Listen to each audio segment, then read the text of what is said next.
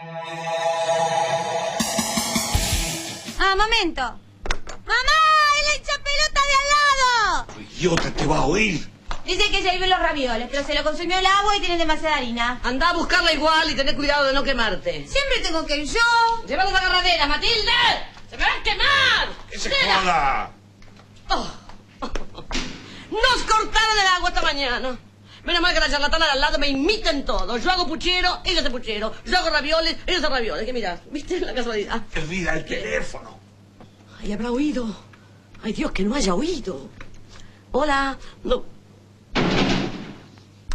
O yo.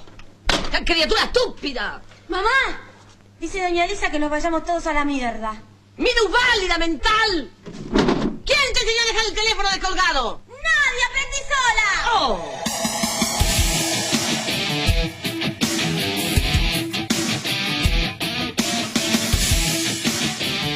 Bueno, un recuerdo para Tenuta también, el gran actor uruguayo fallecido recientemente. Empezamos la historia de atrás para adelante, te decía en el bloque anterior. Vamos a, en este segundo bloque vamos a hacer al revés, a seguir el orden cronológico para conocer, porque tú lo decías antes, cuánto significó el hecho de pertenecer a esa familia en su formación, no solo en su formación intelectual, en su formación moral y en el tipo de persona que fue como artista también, ¿no? Por supuesto. El padre de China, el escultor José Luis Orrilla San Martín, a quien me hubiera encantado poder conocer. Lo veíamos allí en una foto con ella, ¿no? Era un hombre del Renacimiento. Yo tuve la fortuna de leer muchas de las conferencias que él pronunció años atrás en distintos ámbitos, pero sobre todo en Radio Sarandí. Él tenía un espacio en Radio Sarandí. Y sobre Miguel Ángel, todo ese material está en el Archivo General de la Nación, muy bien cuidado. Y vos te das cuenta que era un ser especial. Y cómo en ese ambiente tan particular, en ese país tan particular, se dio un ser o una figura como China Zorrilla. Que no solo China, también estaban sus cuatro hermanas, porque recordemos que Uma o Umita, la mayor, fue la mayor vestuarista que ha dado el Río de la Plata hasta el día de hoy. Que Inés, la escultora, siguió los pasos de su padre. Y bueno, Marica, la menor de todas, era una mujer, es una mujer muy diestra en idiomas, ¿no? Entonces, como que el arte y la cultura venían en el ADN de esa familia, pero también había un Uruguay donde eso se podía Estamos desarrollar. hablando del Uruguay de mediados de siglo. De los 40, de los 50. Claro. La gente puede decir, pero otra vez con la nostalgia y Maracaná, no se equivoquen. Son los valores que hicieron a este país, que es algo diferente que a la melancolía. Es cierto, pero son valores que de alguna manera sobrevivieron y que están allí siempre en conflicto o en la memoria de un deber ser con el cual todavía debatimos, por lo menos, ¿no? Sí, hoy son una utopía en muchos ámbitos, ¿no? Porque si vamos al tema de la enseñanza y de la educación y de la cultura... Probablemente, pero te quiero decir, está más que en la memoria, en el presente. En las bases. Claro, exactamente. En los fundamentos. Claro. Creo que sí.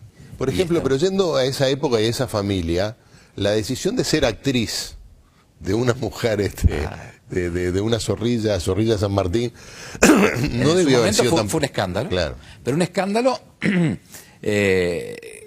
fue para ciertos círculos, para su círculo social fue un escándalo. Incluso escuchando en estas horas alguna entrevista a China, ella decía que le costó su primer novio. Claro, sí, recuerdo. Pero tuvo el apoyo incondicional de sus padres.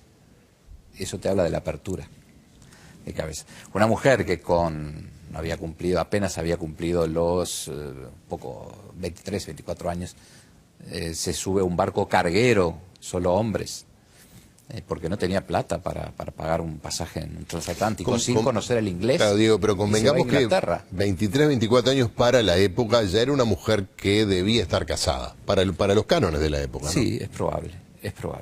Pero ella se fue a estudiar a un Londres devastado por la guerra en 1946, teatro. Y venía de esta zona del mundo donde nos habíamos beneficiado, y vaya cómo, Sí, de esa guerra. la desgracia de la Segunda Guerra, claro. Y se enfrenta a un país donde la gente viste en harapos, poco más. Y ella va con un ajuar que su madre le había hecho especialmente, ¿no? Y siente vergüenza por vestir un buen tapado de abrigo, no lujos, cosas comunes, y zapatos nuevos. Y fue tal el impacto que tuvo eso en China como persona y como actriz profesionalmente y humanamente, que hay un antes y un después de la China que va a Londres. Claro, que toma contacto con la realidad, el mundo real, ¿no? con Sobre el mundo todo real. de esas circunstancias. Yo he contado en algún otro lado la anécdota de las amigas, que era de un grupo social de una élite. Le mandan a hacer especialmente un traje por si va a esquiar a los Alpes suizos. La cabeza, Claro, ¿no? claro. ¿Sabes cómo lo usa China? De pijama. Porque era tal el frío que había en Londres, no había calefacción. No había calefacción y no había que comer, Claro. ¿no? Entonces, eso también te muestra las cosas y las circunstancias que fueron moldeando esa personalidad. Descollante, con condiciones Pero había algo, ya la excepcionales. decisión de irse ya Claro, marcaba ya una era, personalidad que rompía con su transgresora, entorno. Sí. una transgresora en ese aspecto, ¿no? Y bueno, y vuelve y se suma a ese movimiento que está en plena ebullición en el Uruguay. Y Un que, movimiento teatrista, de teatro. claro, pero es que cuando surge el teatro realmente Claro.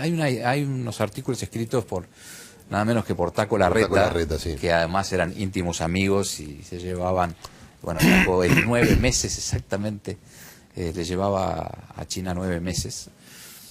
Y en esos artículos Taco, que están publicados en una antología de Marcha, de los 25 años del semanario Marcha, dice que antes del surgimiento de la Comedia Nacional, del Galpón, del Club de Teatro, que fue todo simultáneamente, eso fue entre el 48 y el 50, el teatro que se veía en Montevideo era lo peor de la calle Corrientes. Los actores hablaban en porteño, dice Taco. Claro. Y bueno, y fue esa generación en la Comedia Nacional porque hubo un político que fue Justino Zavala Muniz, Sí. acompañado de un empresario que fue Ángel Curoto, que dijeron, bueno, vamos a crear la Comedia Nacional, que era municipal pero nacional. Y el primer año de experiencia se dieron cuenta que no bastaba con contratar a actores conocidos que andaban por allí, sino que había que crear una academia, Una escuela. una Claro. escuela, pero con nivel universitario, para formar a los actores. Y ahí surge la EMAD, que hasta hoy está. Y traen a Margarita Xirgu, que había sido censurada por Perón, y la dirige. Pero también hacen, y creo que es brillante la jugada, obligación en los programas liceales de que los alumnos a partir de segundo de liceo tenían que ir a ver al teatro obligatoriamente por lo menos 2 o 3 obras de teatro, dos o tres espectáculos teatrales en el año, cualquiera. ¿Ah? Entonces, eso que creo, formó toda una generación, o a varias de actores generaciones, y de actores y por de un lado, espectadores. y de espectadores. Ahora, la trayectoria de China en la comedia es fantástica. Yo creo que cerca de 80 obras protagonizó. 40. Tengo acá la lista. Ella debuta en 40 obras en 10 años. Sí.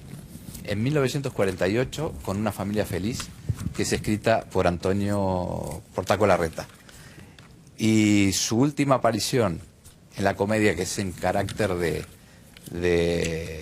invitada, como directora invitada, es en 1967, con El honor no es cosa de mujeres. Ella está en la comedia hasta el año 59, se retira con La casamentera. Y allí se va a París, bueno, ahí pone fin a su historia de amor, a su verdadero amor. Y cuando, estando en París, le escribe Taco invitándola a formar parte de la naciente o del naciente Teatro Ciudad de Montevideo, que funcionó por muy poco tiempo, 4 años, pero fue otro hito en la historia del teatro uruguayo, en lo que hoy son restos del Teatro Odeón. Y es la primera vez que una compañía uruguaya, que fue el TCM, llega a París y a Madrid. Es una compañía además privada, ¿no? Claro. Porque era un esfuerzo de todos. Y esa compañía era, a la cabeza estaban Taco Larreta, China Zorrilla, Enrique Guarnero, Graciela Gelos y Juan Jones. Bueno, esa Diego. fue parte del periplo, digamos, profesional de China en el Uruguay.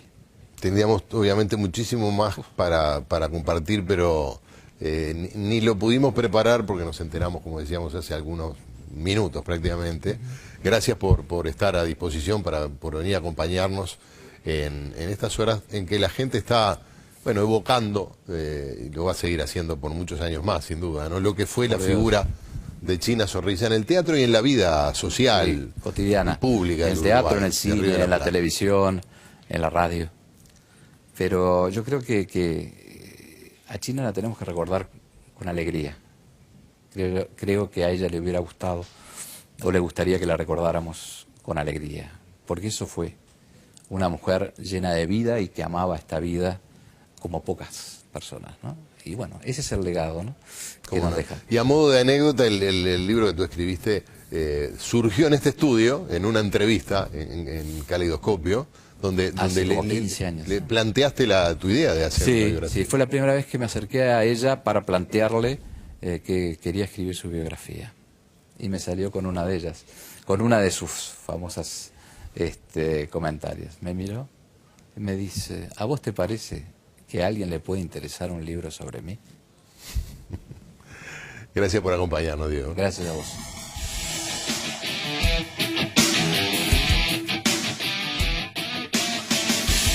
Buscando y querías Marce Fontanini, el disco solista del cantante de Snake. Edita Vivance Music y Bizarro.